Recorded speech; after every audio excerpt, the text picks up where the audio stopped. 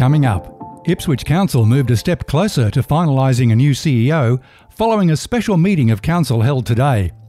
It's Tuesday, November 2, 2021, and I'm Alan Roebuck. Welcome to Ipswich Today, which acknowledges the traditional custodians of the land on which it is produced and pays respects to elders past, present and emerging.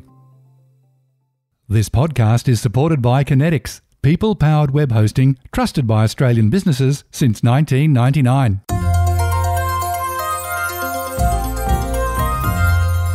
Ipswich City Council held a special meeting to consider the appointment of a new CEO on November 2.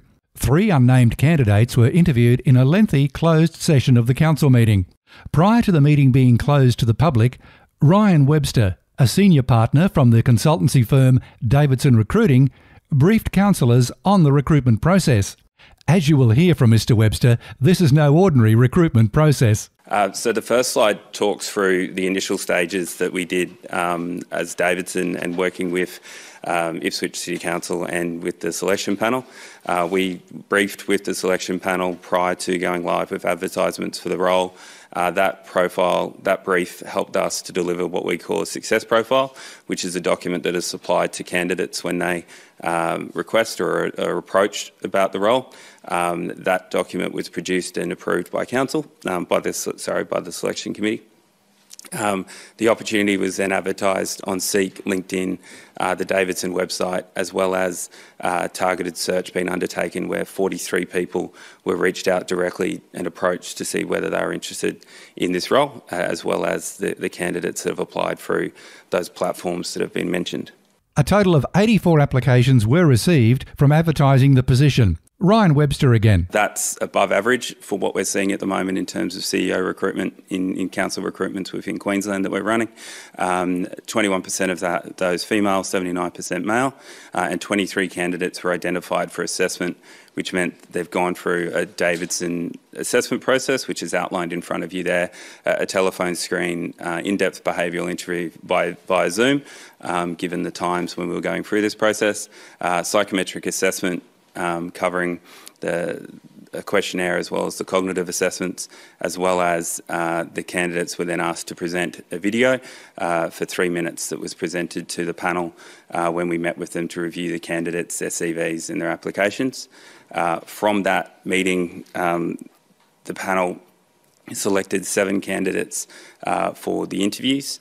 The selection panel, after those interviews, the selection panel agreed for 3 candidates to be considered in recommendation to the council.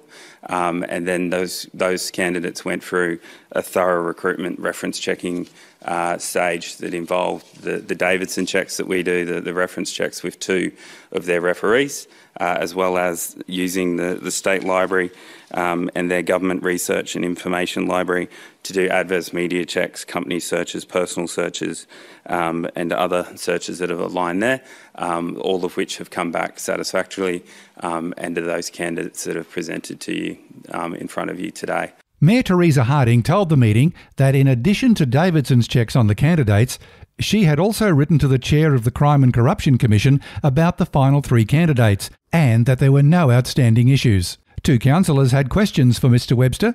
Firstly, Councillor Kate Kunzelman.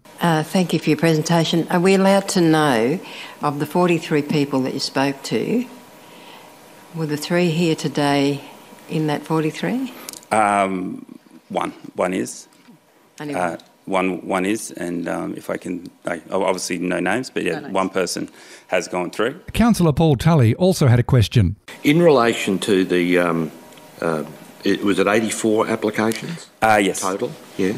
How many of those were or are in local government in Queensland or some other state at the moment? I don't have the exact number, but there would be a large percentage. And one of the key areas that we were asked to focus on was local government experience and state government experience. So the majority of the candidate pool did come from local government or state government. I just can't put an exact number on that. Apologies. Okay. Thank you.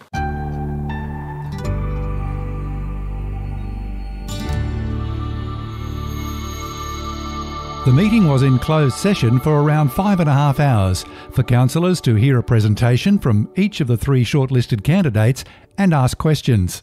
At this point in the process, the names of the 3 shortlisted candidates remain confidential for obvious reasons. When the meeting was reopened to the public, Mayor Harding declared that she had worked for candidate C, stating that the person was a professional contact, not a personal one. The Mayor then left the chamber and all councillors voted in favour of the Mayor returning to the meeting to vote on the recommendations. Some of the original recommendations were changed to add councillors Johnnick, Doyle and Fechner along with the Mayor to finalise the contract with candidate A. The changed recommendations introduced a further delay and another step in the process, whereas the original recommendations would have delegated to the Mayor to announce the new CEO after a contract was executed.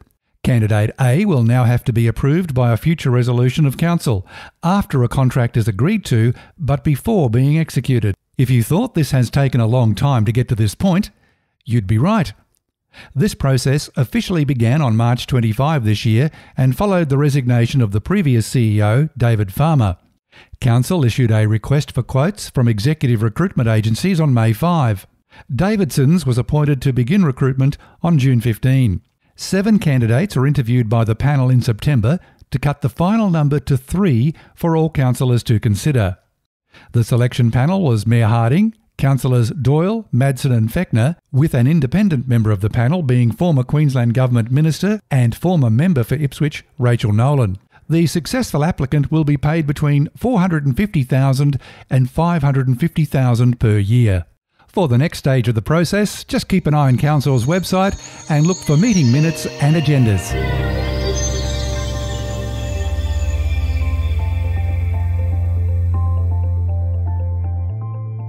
Ipswich Today is supported by Kinetics, people-powered web hosting trusted by Australian businesses since 1999.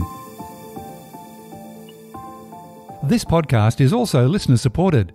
Please make a once-only gift or regular donation to help keep it online.